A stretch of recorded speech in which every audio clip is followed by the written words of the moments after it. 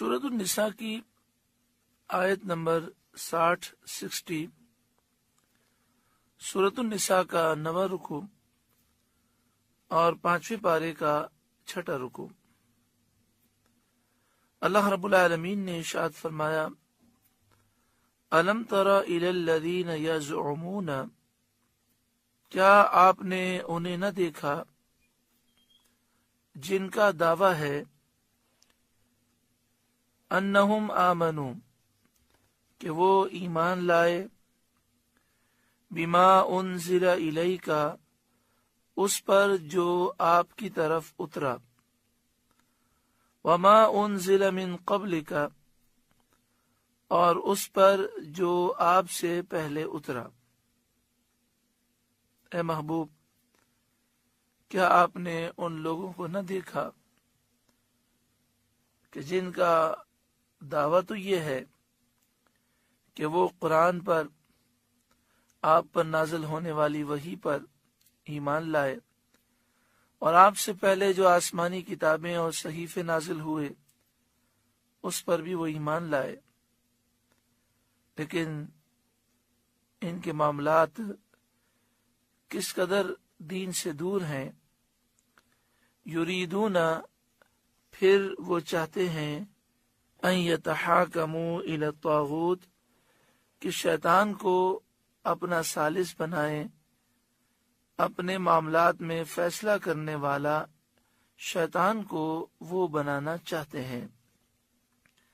وقد امروا ان یکفروا بہ، اور ان کو تو حکم یہ تھا کہ اسے ہرگز نہ مانے۔ وَيُرِيدُ الشَّيْطَانُ، اور ابلیس یہ چاہتا ہے، أَن يُضِلَّهُمْ ضَلَالًا بَعِيدًا، کہ انہیں دور بہکا دے، گمراہ کر دے۔ اس آیت کریمہ کے شان نزول کے بارے میں اعلیٰ حضرت امام اہل سنت امام احمد رضا علیہ الرحمہ کے خلیفہ صدر الافاضل حضرت علامہ مولانا نعیم الدین مراد آبادی علیہ الرحمہ تفسیر خزائن العرفان میں لکھتے ہیں، بشر نامی ایک منافق کا ایک یہودی سے جھگڑا تھا۔ یہودی نے کہا، چلو سید عالم صلی اللہ علیہ وآلہ وسلم سے طے کرا لیں، یعنی یہ معاملہ ہم حضور کے پاس لے جاتے ہیں، ان سے فیصلہ کرا لیتے ہیں۔ منافق نے خیال کیا کہ حضور صلی اللہ علیہ وآلہ وسلم تو فیصلہ حق دیں گے،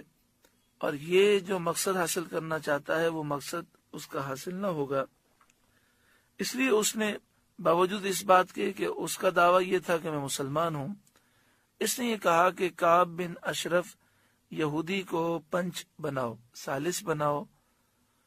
اسے ہمارے معاملات میں فیصلہ کرنے والا بناؤ۔ قرآن کریم میں طاغوت سے اس کعب بن اشرف کے پاس فیصلہ لے جانا مراد ہے، جو اس آیت کریمہ میں ہے کہ وہ چاہتے ہیں کہ شیطان کو ثالث بنائیں، تو یہاں طاغوت شیطان سے کعب بن اشرف مراد ہے۔ یہودی جانتا تھا کہ کعب بن اشرف رشوت خور ہے، اس لیے اس نے باوجود ہم مذہب ہونے کے اس کو پنچ تسلیم نہ کیا، ثالث تسلیم نہ کیا۔ ناچار منافق کو فیصلے کے لیے سید عالم صلی اللہ علیہ وآلہ وسلم کے حضور آنا پڑا۔ حضور صلی اللہ علیہ وآلہ وسلم نے جو فیصلہ دیا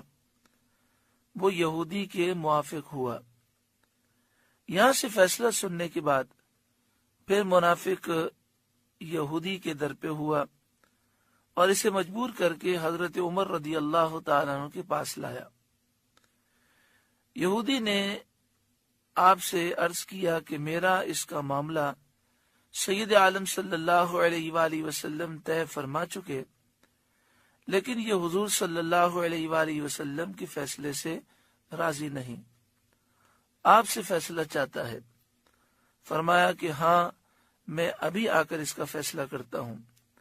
یہ فرما کر مکان میں تشریف لے گئے۔ اور تلوار لا کر اس کو قتل کر دیا، اور فرمایا جو اللہ اور اس کے رسول صلی اللہ علیہ وسلم کے فیصلے سے راضی نہ ہو اس کا میرے پاس یہ فیصلہ ہے۔ ایک روایت میں یہ ہے کہ حضرت عمر رضی اللہ تعالیٰ عنہ نے اس منافق سے پہلے یہ پوچھا کہ یہ جو یہودی باتیں کر رہا ہے کیا یہ سچ ہے؟ تو اس نے کہا کہ ہاں، میں نبی اکرم صلی اللہ علیہ وآلہ وسلم کی خدمت میں حاضر ہوا تھا، لیکن میرا دل حضور کے فیصلے سے مطمئن نہیں ہوا۔ تو پھر حضرت عمر رضی اللہ تعالیٰ عنہ نے اس گستاخ کا سر قلم کر دیا۔ یہ واقعہ امام فخر الدین رازی علیہ رحمہ نے تفسیر کبیر 3 جلد صفحہ نمبر 248 پر لکھا، الجامع لأحکام القرآن 5 جلد صفحہ نمبر 265، در منصور اس کتاب میں حضرت امام جلال الدین سیوطی علیہ رحمہ نے در منصور کی 2 جلد صفحہ نمبر 179 میں یہ واقعہ لکھا، اور حضرت علامہ محمود آلوسی علیہ رحمہ نے روح المعانی 5 جلد صفحہ نمبر 67 پر یہ واقعہ لکھا۔ اس کے علاوہ کئی کتابوں سے یہ واقعہ ثابت ہے۔ اس واقعے سے یہ معلوم ہوا کہ کوئی نبی اکرم صلی اللہ علیہ وآلہ وسلم کی گستاخی کرے اور اگر اسے کوئی مسلمان قتل کر دے تو اس مسلمان پر کوئی سزا نہیں ہے، نہ اس کے لیے دیت ہے،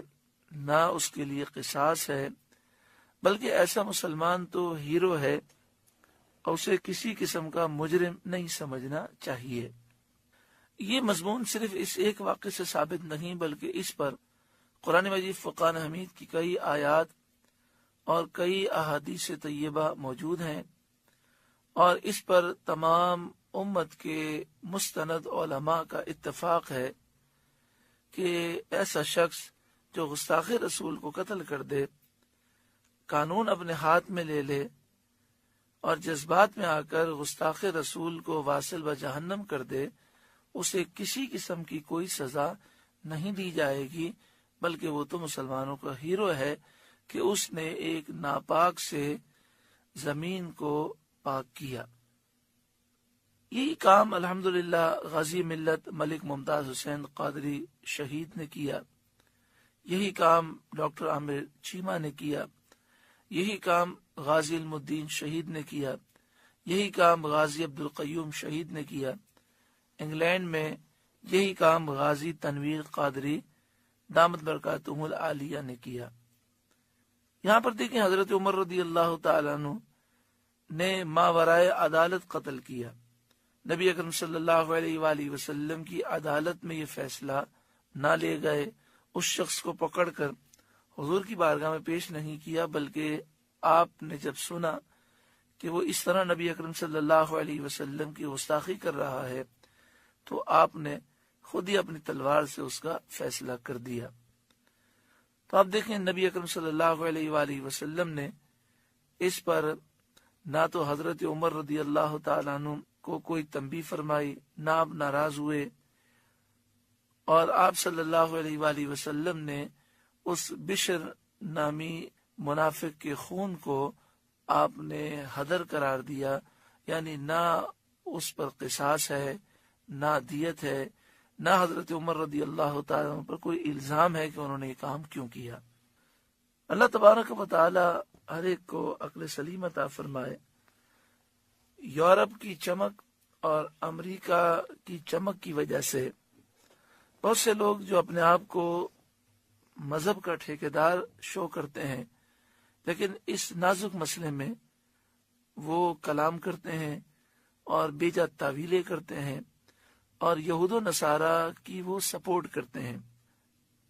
یہود و نصارہ کی وہ ترجمان بنے ہوئے ہیں۔ اللہ تعالیٰ ایسے لوگوں کو قرآن و حدیث کا ترجمان بننے کی توفیق عطا فرمائے۔ گستاخوں کو سپورٹ کرنے کے بجائے انہیں توفیق اللہ عطا فرمائے کہ وہ عاشقان مصطفیٰ کو سپورٹ کریں، اللہ تعالی ہر ایک کو آخرت کی فکر عطا فرمائے۔